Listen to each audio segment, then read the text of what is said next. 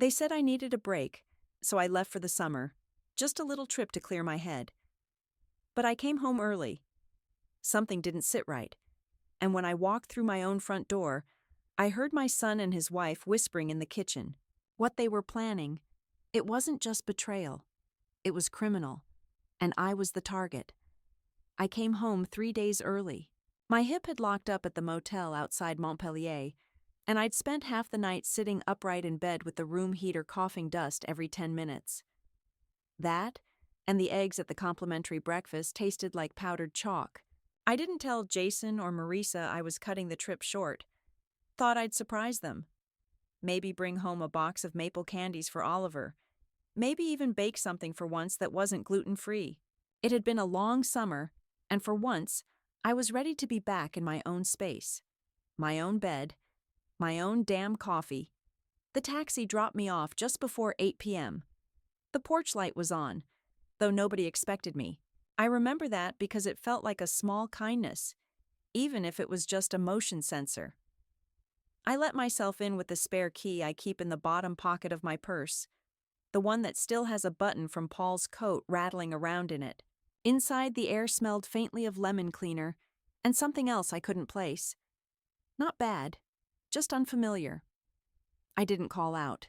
I wanted a minute to look around without anyone rushing in to hug me or ask if I'd brought back their favorite granola bars. My suitcase bumped along behind me like a sleepy dog. Shoes by the door. Jason's Nikes. Marisa's cheap slides.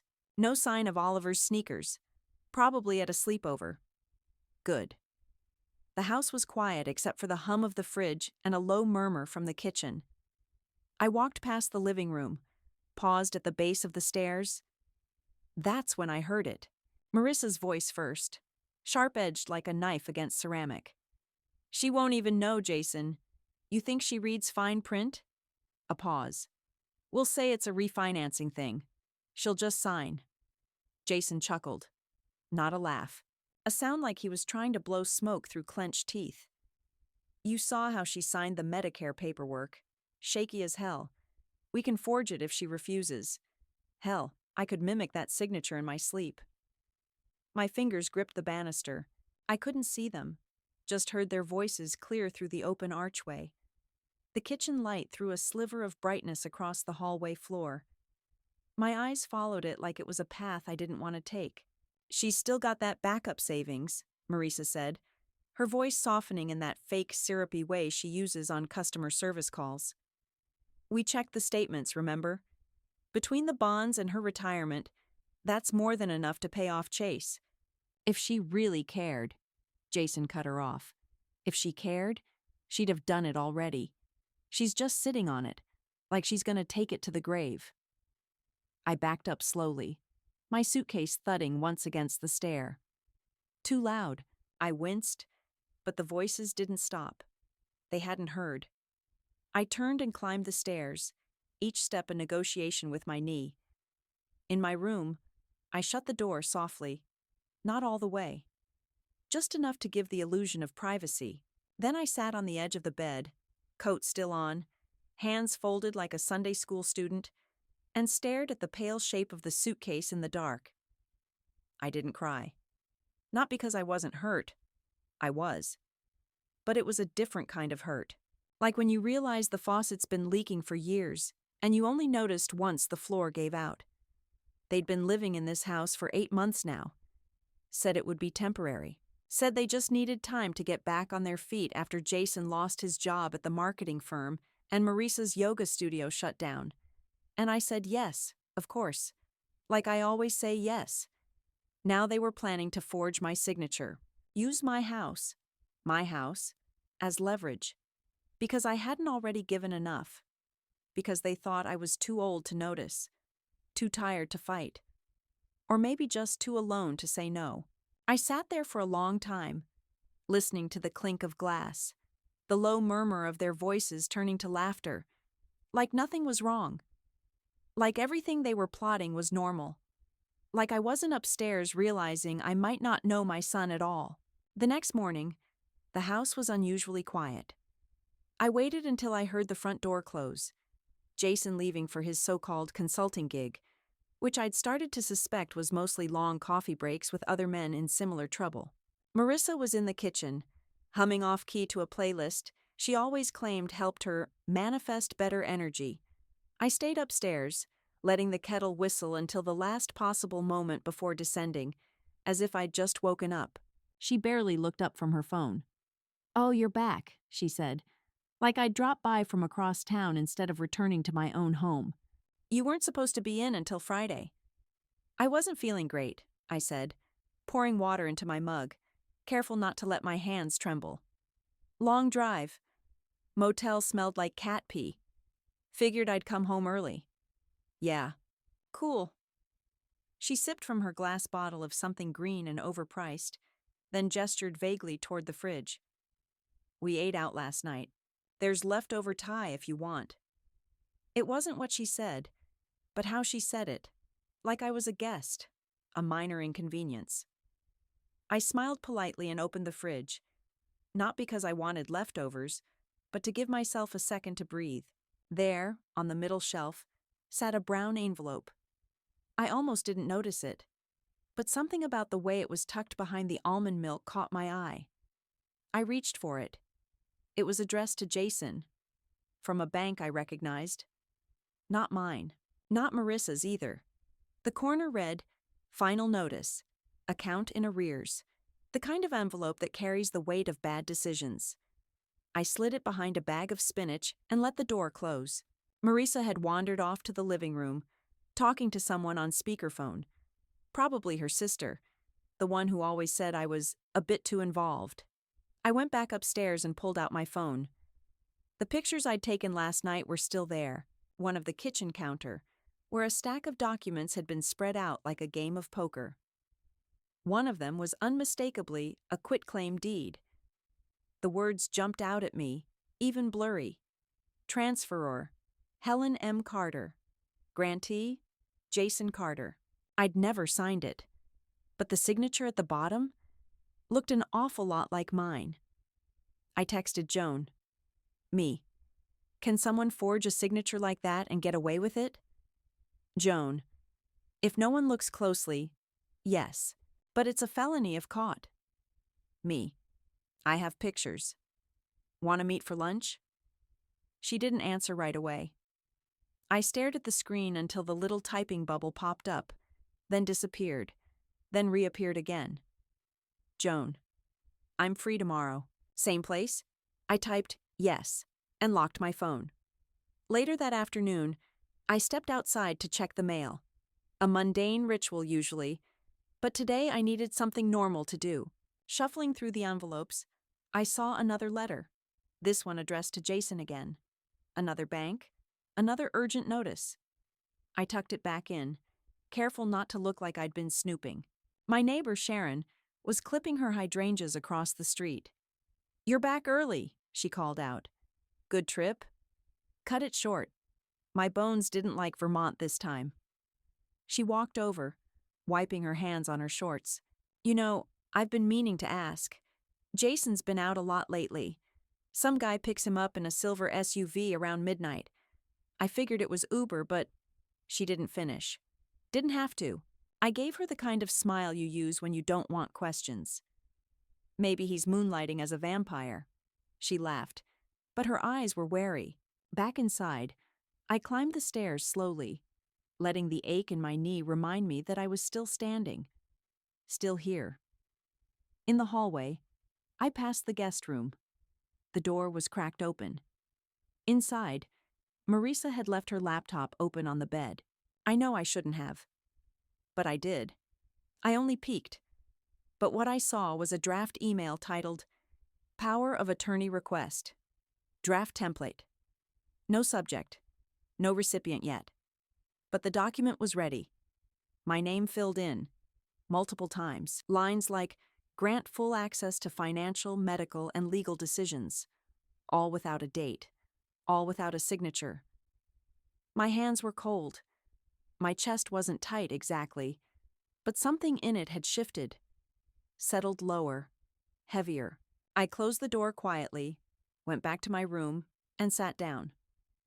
By the time Jason got home that night, I was already in bed. He knocked lightly on my door, poked his head in. "Hey, Ma. Everything okay?" I nodded, smiled. "Fine, sweetheart. Just tired." He hesitated, hand on the doorframe. "Glad you're home," he said. But I didn't say it back. The next morning, Jason was unusually chipper. He made coffee, whistled off-key while pouring it, even offered me the last banana like it was a peace treaty. I took it with a nod, peeled it slowly, and waited. I didn't have to wait long. "We were thinking," he said, setting his mug down on the counter with theatrical care. "We should all sit down tonight. Talk some things over. Just the three of us." He tried to smile, but it didn't land. Too much tension in his jaw. Marisa passed behind him, already dressed for the day in her 2 white yoga hoodie and leggings that probably cost more than my monthly prescriptions. She didn't look at me, just said, "It's important," over her shoulder, and vanished into the hallway. That night they cleared the dining table for the first time in weeks. No mail piles, no empty water bottles, just 3 placemats and a candle that hadn't been lit since Paul's last birthday. I sat at the head of the table by habit, not out of defiance. Marisa poured wine. Only 2 glasses. She and Jason both took 1. None for me. Not even the offer. Jason started. "You know we're struggling." I didn't respond. That wasn't a question. "We've tried every route," he continued. "I applied for 3 personal loans last month. Got rejected for all of them. And the house, this house, well, it's an asset that's just sitting here, untapped." I looked at the candle. Marisa picked up. "We're not saying give it away. We're talking about a short-term equity pull. A bridge loan, technically. Just sign the quitclaim, and we use the house as collateral for a secured line of credit. Then transfer the deed back," Jason added quickly, as if rehearsed. "It's clean. Temporary. You'll still live here, obviously." "What if you default?" I asked. My voice was calm even. They exchanged a glance. "We won't," Marisa said. "This will be the thing that gets us out." I sat back. "And the forged signature?" Jason's face paled. "What?" "I saw the quitclaim in the kitchen, the one with my name already on it." Silence. A long, dense one. Marisa blinked first. "We were just exploring options." "No," I said. "You were committing fraud." Jason slammed his hand on the table. "We're your family. What else are you going to do with it? Let it rot? Leave it to a cat shelter?" "That's not your call," I said.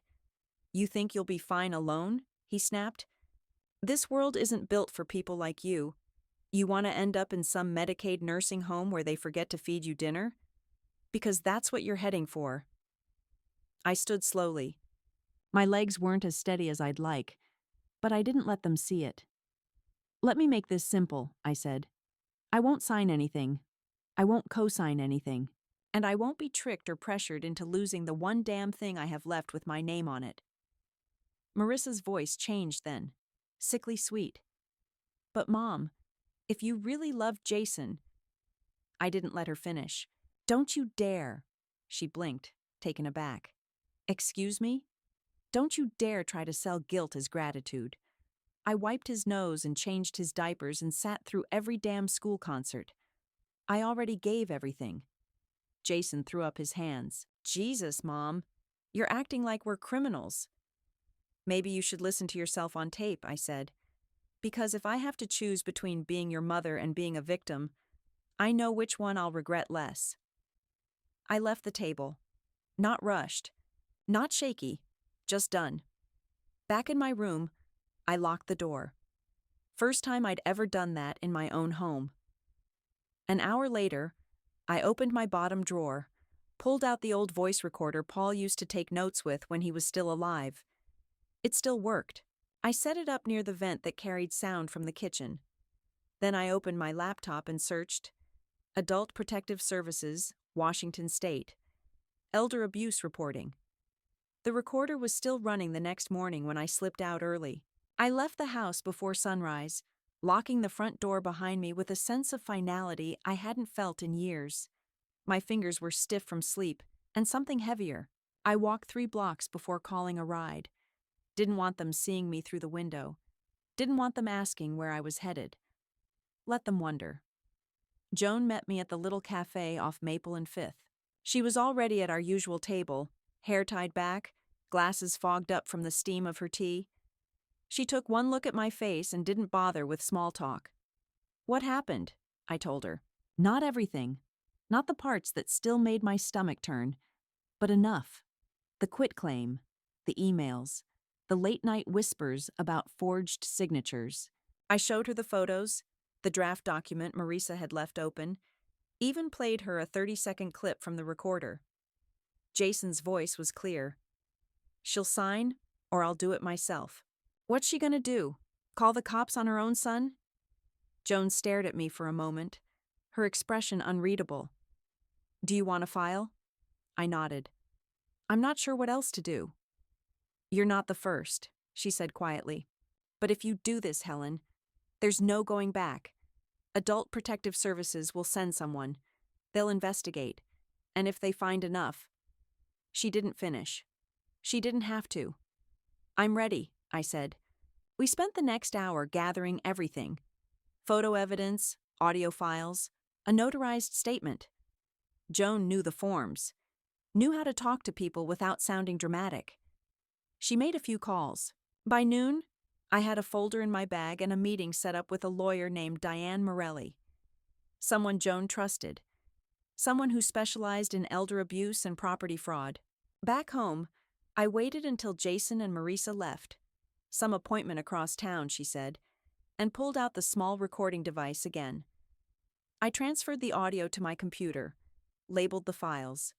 One by one, the date, the time, the exact phrase. It's not like she reads the fine print.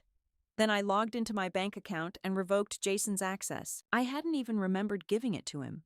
Years ago, after Paul passed, when I'd been too tired to keep track of the statements myself. One click, one confirmation, gone. Next, I called the mortgage company. There'd been no application filed in my name, yet, but they flagged my address as potentially at risk for fraud. Said they'd alert their legal department. Said I'd done the right thing. By the time Jason came home that evening, I'd changed the passwords on every account I had. Froze my credit. Hid the deed to the house in the back of the freezer, wrapped in aluminum foil where Marisa would never think to look. Dinner was tense. Jason didn't speak. Marisa poked at her quinoa like it had personally offended her. Oliver was at a sleepover again.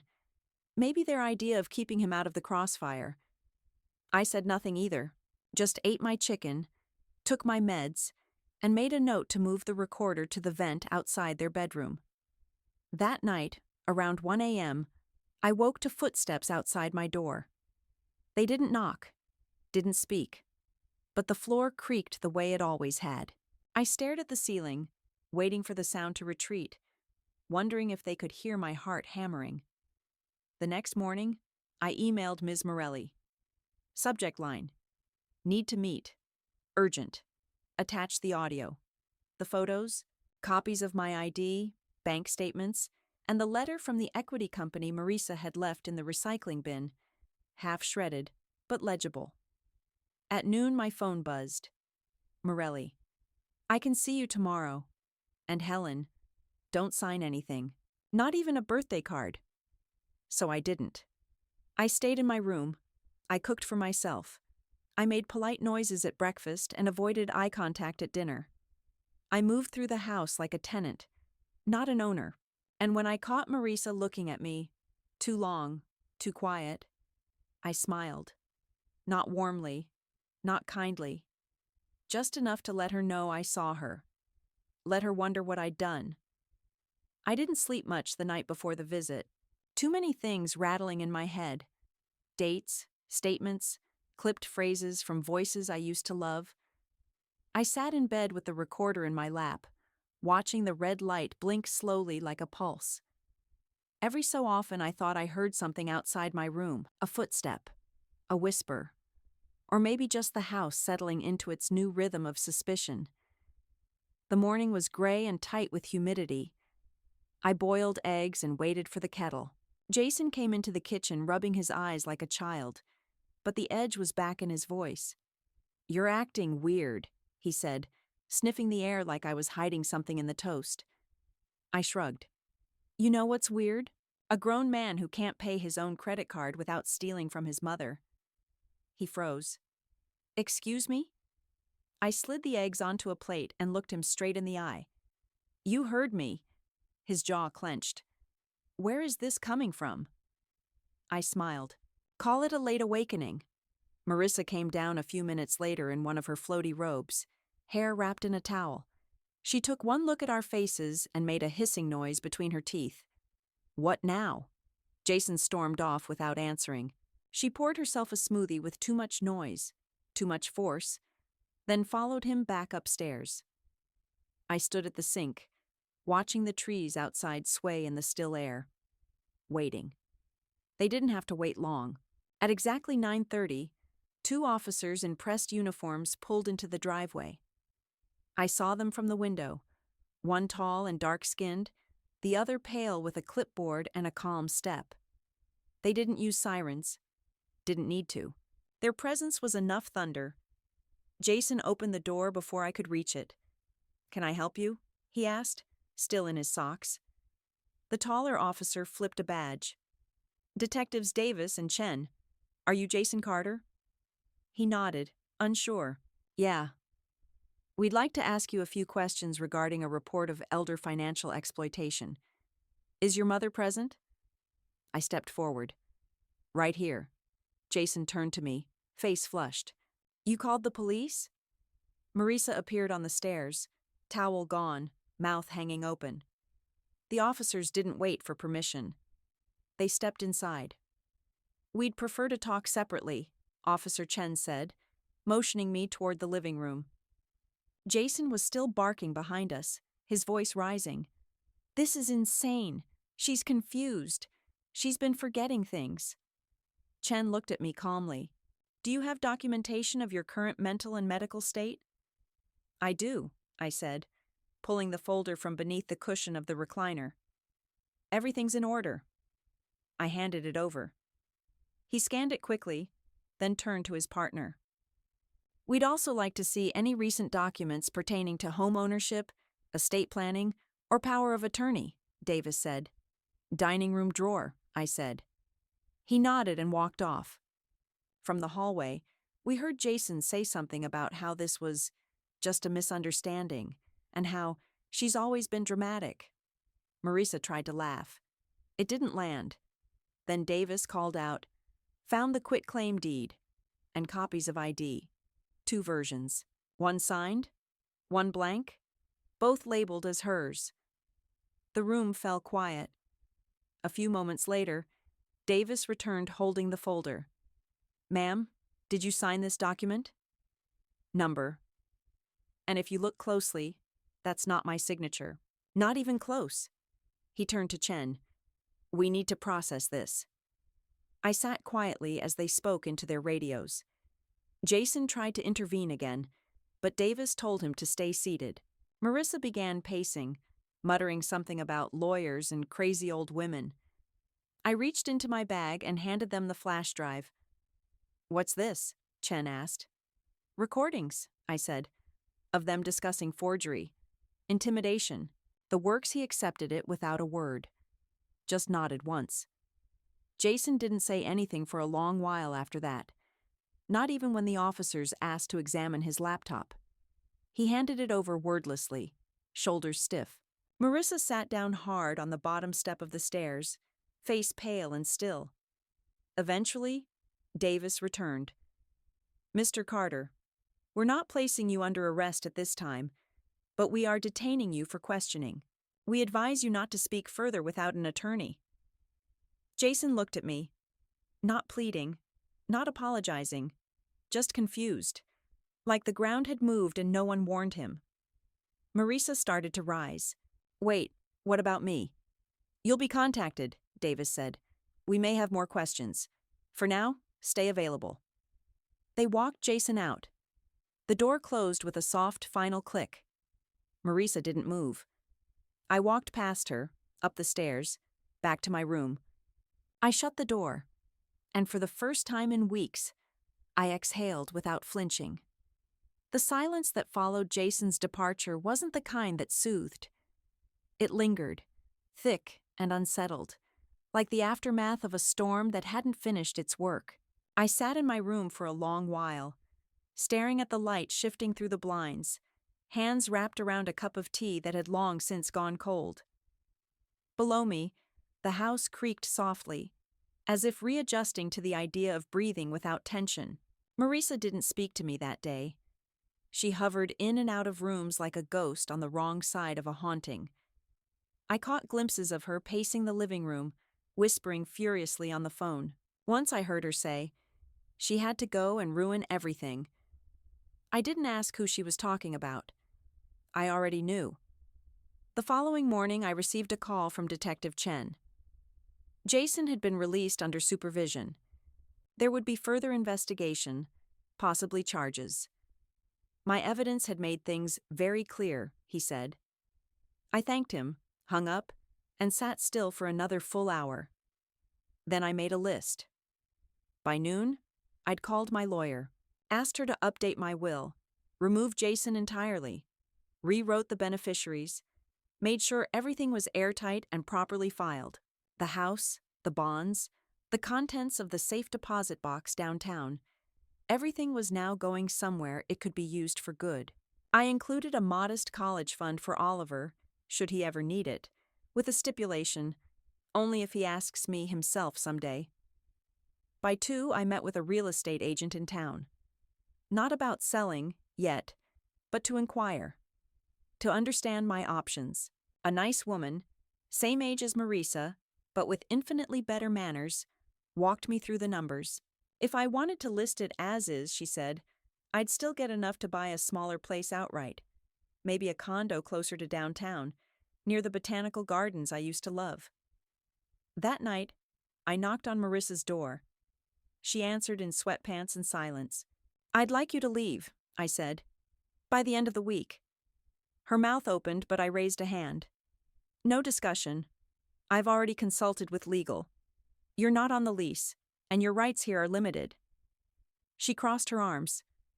You're throwing your family out? I looked around the hallway. At the pictures I'd hung with Paul 20 years ago. At the framed photos of birthdays, graduations, Jason's wedding, the ones I suddenly didn't care to keep. I'm not throwing anyone out, I said. I'm reclaiming what's mine. She moved out on Saturday. Quietly. No slamming doors, just boxes, a cab, and the sound of her sandals scuffing the walkway. She didn't say goodbye. The house was empty in the best way. I opened windows, let air in, changed the linens, repainted the den, took down the blinds that always caught dust. For the first time in months, I cooked something just for myself. Chicken pot pie with a proper flaky crust. None of that gluten-free nonsense. A week later, I had lunch with Joan. She brought a bouquet of daisies, and I cried harder over that than I had over the police. She didn't say much, just let me talk, then paid the bill when I wasn't looking. That evening, I sat on the back porch, the one Paul built with his own hands. The sky was wide and pink with August. The wind moved through the trees like a gentle reminder. I sipped tea from my favorite chipped mug and watched a squirrel nose through the grass, bold as anything. The new bench I'd ordered had just been installed.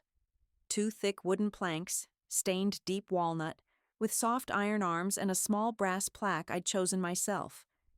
It read, "Property of someone who knows her worth." I didn't look back at the house. I didn't need to. And for the first time in a very long time, I didn't feel like someone's mother. I felt like myself.